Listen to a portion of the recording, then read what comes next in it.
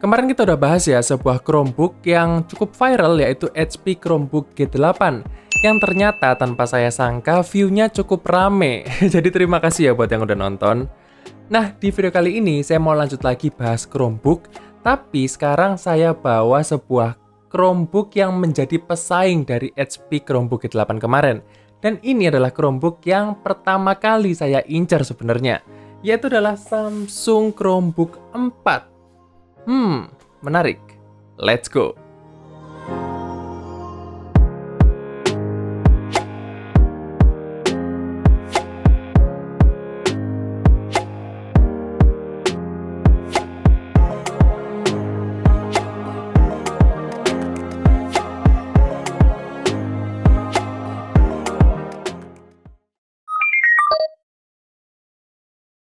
Halo semuanya, assalamualaikum, kembali lagi di Trend Gadget bersama saya Randi tentunya.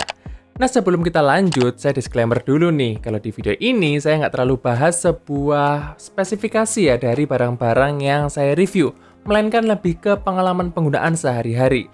So, kalau kalian cuma cari spek aja, mendingan kalian tutup aja video ini dan langsung googling aja, karena itu akan menghemat waktu teman-teman.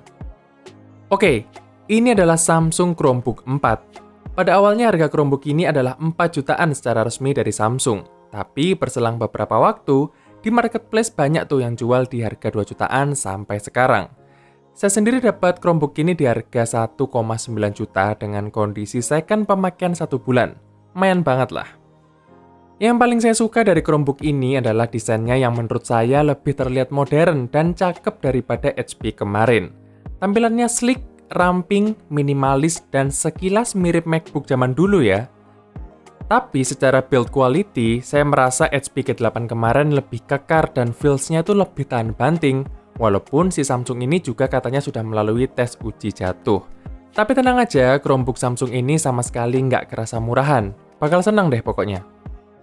Soal spek dan lain sebagainya saya nggak bahas lagi ya, karena hardware yang dipakai itu persis sama dengan HP G8 kemarin, yaitu Intel Dual-Core N4020, RAM 4GB, dan storage eMMC 32GB yang bisa ditambah dengan microSD sampai 1TB. Untuk performanya mungkin kalian bisa nonton aja review HP G8 kemarin ya. Intinya, Chromebook ini nggak bakal nge-lag selama pemakaian kita tetap dalam tahap wajar dan nggak dipakai buat aplikasi yang berat. Oh ya, ngomong-ngomong, sekarang Chromebook itu udah dapet update Chrome OS versi 100-an. Di mana kita bisa pakai tampilan launcher baru yang lebih cakep dan intuitif. Tapi sayangnya untuk mengaktifkan launcher baru ini itu nggak langsung berubah gitu ya. Harus ada beberapa step yang harus kita lakukan. So, sekarang saya akan tunjukkan ke kalian gimana cara agar bisa pakai launcher yang keren ini. Oke, jadi untuk mengaktifkan launcher yang baru pada Chrome OS itu nggak secara otomatis ya. Jadi kita harus mengaktifkannya secara manual. Nah, caranya adalah kita buka Google Chrome kita, kemudian kita ketikkan namanya Chrome //flex.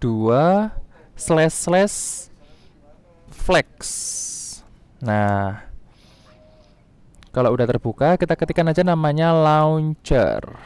Nah, di sini ada namanya Productivity Experiment. Nah, ini harus kalian enable nih. Kalau udah di enable, nanti tinggal di restart aja Chromebooknya dan kalian akan dapat tampilan seperti ini gitu ya, seperti inilah ya kira-kira ya. Oke. Nah, gimana menurut kalian launcher yang baru di Chromebook ini? Keren kan?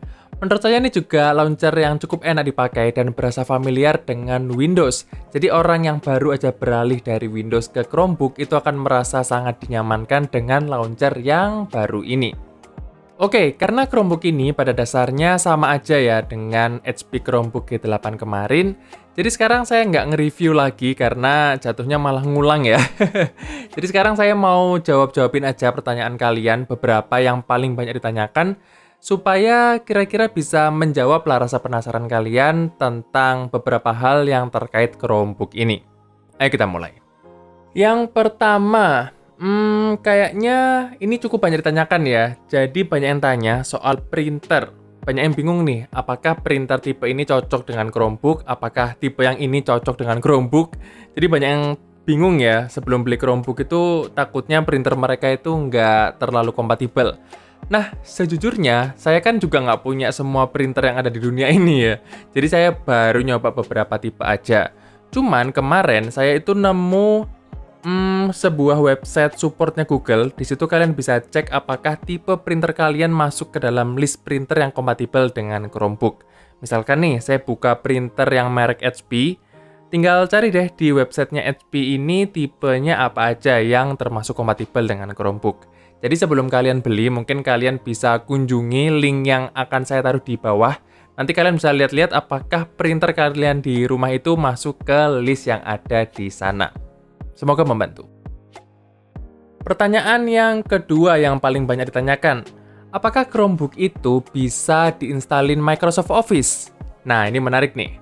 Jadi sebenarnya di sekitar September 2021 kalau nggak salah, Microsoft itu narik aplikasi Office mereka dari Play Store-nya Chromebook. Jadi sekarang kalau kalian cari Microsoft Office, Word, Excel, PowerPoint, itu nggak ada di Play Store-nya Chromebook.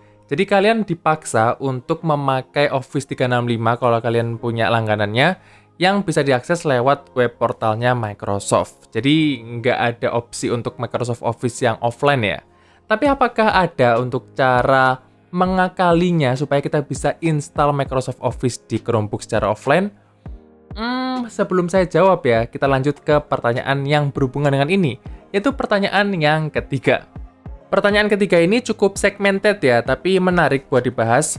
Jadi pertanyaannya adalah, apakah kita itu bisa install aplikasi yang berbasiskan Linux di sebuah Chromebook? Jawabannya, kalian mau tahu? Bisa. Bisa banget. Jadi di Chromebook ini kita bisa mengaktifkan Linux environment dengan cara masuk ke setting, menu developer, kemudian aktifkan di bagian Linux development environment-nya. Setelah itu, Chromebook kita akan bisa mendownload file-file yang dibutuhkan. Nah, setelah Linux-nya aktif, akan muncul aplikasi terminal, di mana di sini kita bisa menjalankan komen-komen Linux, seperti apt-get contohnya, untuk install berbagai macam aplikasi Linux lainnya. Di sini saya udah nyoba install LibreOffice versi Linux, jadi bukan yang versi dari Play Store ya, dan setelah terinstall, dia akan muncul di launcher kita secara terpisah. Nah, gimana dengan Microsoft Office? Apakah kita bisa install Microsoft Office dengan mudah, semudah kita install LibreOffice tadi? Sejujurnya ya, beberapa minggu terakhir saya itu udah cari-cari di banyak forum di internet, gimana caranya kita bisa ngakalin install Office di Chromebook. Banyak orang yang menyarankan pakai aplikasi Play on Linux setelah kita mengaktifkan Linux environment di Chromebook ini. Tapi, saya udah coba ya untuk menginstal versi 2007 Office-nya atau 2010, itu nggak ada yang bisa, gagal semua. Jadi, mohon maaf buat teman-teman yang berharap saya ngasih tutorial, karena sampai sekarang pun saya masih gagal untuk install Office 2007 ataupun 2010. Tapi guys, walaupun kita sudah berhasil install Office di sebuah Chromebook, menurut saya pengalamannya nggak akan seseamless, nggak akan sesimpel, dan nggak akan semudah kita pakai Office di Windows. Kenapa? Saya akan ceritakan pengalaman saya walaupun saya pakai LibreOffice. Jadi ceritanya, kalau kita aktifin Linux environment di Chromebook, sebenarnya Linux-nya itu ada di virtual machine, jadi kayak virtualisasi sendirilah, dan dia punya virtual storage sendiri yang besaran defaultnya itu 10 GB. Jadi dari 32 GB eMMC internal, dia ngambil 10 GB tuh untuk virtual storage-nya. Nah, virtual storage-nya Linux ini dengan storage-nya Chromebook itu nggak saling terhubung, jadi nggak saling ngobrol sebenarnya. Nah, dampaknya apa sih? Jadi, katakanlah kita punya file Excel yang kita taruh di folder downloads, di mana folder downloads itu kan adalah bagian dari internal storage-nya Chromebook yang ada di Chrome OS-nya. Tapi kita pengen dokumen ini dibuka oleh aplikasi yang ada di Linux, yaitu aplikasi LibreOffice versi Linux. Jadi dokumennya ada di internal storage, tapi aplikasinya ada di virtual storage, di mana dia nggak nyambung, nggak sinkron. Yang terjadi apa? Yang terjadi adalah LibreOffice ini cuma bisa baca doang, read only dokumen kita. Jadi dia cuma bisa baca tok, sedangkan dia nggak bisa ngedit-ngedit dan nggak bisa nge-save dokumen kita. Gimana? Bingung nggak? Saya akan contohkan sekarang ya, biar kalian ada gambaran. Oke, di sini saya akan mendemokan untuk membuka file Office ya, entah itu Word atau Excel menggunakan LibreOffice di versi Linux untuk di Chromebook ini. Jadi di sini saya punya file test yang bentuknya adalah docx, di mana dia file Word lah ya. Itu saya letakkan di downloads, di mana downloads ini adalah storage utama dari Chromebooknya. Dan dia terpisah ya dari yang direktori Linux, karena kan kalau kita bikin Linux tadi untuk aktivasi Linux kan dia akan membuat direktori kayak virtual directory gitu ya, sendiri gitu. Nah ini yang file Word-nya itu dia terpisah, jadi dia ada di storage utamanya Chromebook. Kalau kita buka menggunakan LibreOffice yang versi Linux, nah kita nggak bisa ngedit untuk filenya. Jadi filenya ini cuman open read only. Kenapa? Karena filenya itu terletak di direktorinya Chromebook, bukan direktorinya Linux gitu. Jadi terpisah, dia nggak mau. Kalau kita mau ngedit ya kita harus kayak save as gitu loh. Cuman di sini nggak bisa save as ya, jadi kita harus nge-copy manual. Jadi semisal kita close dulu, nanti ini kita copy nih filenya ke Linux. Nah, di copy ke sini. Barulah kalau ini kita buka, ini kita bisa edit. Kenapa? Karena filenya ada di dalam environment-nya Linux. Jadi memang agak ribet karena kita harus ingat untuk meletakkan filenya itu di environment Linux-nya. Nah sekarang, apakah ada cara buat ngakalin atau mengatasi supaya ya kita nggak repot-repot nge-copy? Ada caranya. Jadi misalkan nih kita suka naruh file kita tuh di downloads ya. Dan kita pengen kalau kita buka file itu di download langsung kebuka dan bisa diedit, jadi bisa editable. Caranya adalah kalian buka ke setting, kemudian nanti di developer, terus di Linux environment-nya diklik. Nah di sini ada manage share folder. Nah di sini itu adalah folder yang bisa digunakan oleh Linux-nya. Jadi seakan-akan folder yang ada di sini tuh akan bisa terbaca oleh Linux environment-nya gitu. Jadi caranya di sini kan belum ada ya, masih kosong ya. Nah, di sini kita ke downloads, terus kita klik kanan share with Linux. Nah, kalau udah pasti dia akan muncul di sini. Ada ya. Nah, setelah itu kita coba nih sekarang kita buka di downloads, kita coba buka yang tesnya lagi. Harusnya sekarang dia bisa terbuka dan bisa diedit, jadi bukan read only lagi. Ya, sekarang bisa dibuka dan langsung diedit. Dan bisa saya save. Kayak gitu kira-kira. Agak ribet ya, tapi bisa. Jadi kalau misalnya kalian mau pakai aplikasi Linux, itu kalian harus otak-atik sedikit lah, nggak bisa langsung gitu. Oke. Nah, gimana? Cukup kebayang ya keribetannya kalau kita pakai aplikasi Office yang ada di environment Linux-nya. Jadi misalkan nih kita dapat dokumen dari teman atau dari internet dan kita mau ngedit di Chromebook kita pakai LibreOffice yang versi Linux misalkan, atau bahkan Microsoft Office kalau kalian berhasil nginstalnya gitu. Dan waktu kita mau ngedit kita harus ingat nih, oh ya tadi filenya taruh di internal atau taruh di virtual storage.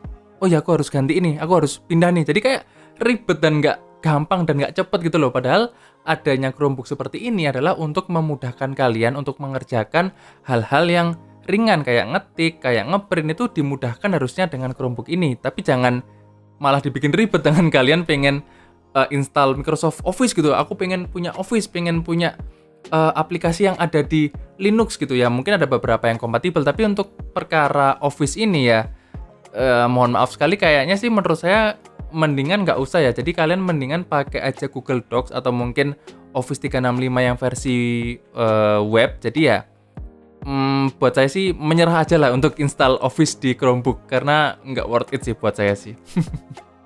Nah, kira-kira begitulah pengalaman tambahan yang saya dapatkan di sebuah Chromebook 3 bulan terakhir ini. Kesimpulan saya masih tetap sama ya dengan review saya sebelumnya, bahwa Chromebook seperti ini akan terasa sangat nyaman apabila kita itu pakainya yang sewajarnya aja. Buat ngetik-ngetik misalnya, buat buka email, sekedar nonton film, atau sebagai backup laptop yang bisa kita bawa kemanapun tanpa harus bikin tas kita jadi berat. Oke, mungkin segitu aja cerita saya kali ini dengan Chromebook ya untuk part 2-nya dan ditemani oleh Samsung Chromebook 4. Semoga beberapa pertanyaan yang saya jawab tadi bisa cukup melegakan kalian, melegakan rasa penasaran kalian terhadap Chromebook. Dan sampai sekarang pun saya berpesan ke kalian untuk nggak ragu-ragu untuk beli Chromebook karena nggak semenakutkan itu kok. Jadi biar kalian itu ada pengalaman baru menggunakan sebuah laptop yang selain Windows atau selain Mac. Dan buat saya sih asik kok Chromebook, coba deh. Oke, mungkin segitu aja ya cerita saya kali ini. Terima kasih buat kalian yang udah nonton video ini sampai habis maupun yang tidak. Jangan lupa like dan subscribe dan kita akan ketemu lagi di video berikutnya. Stay update.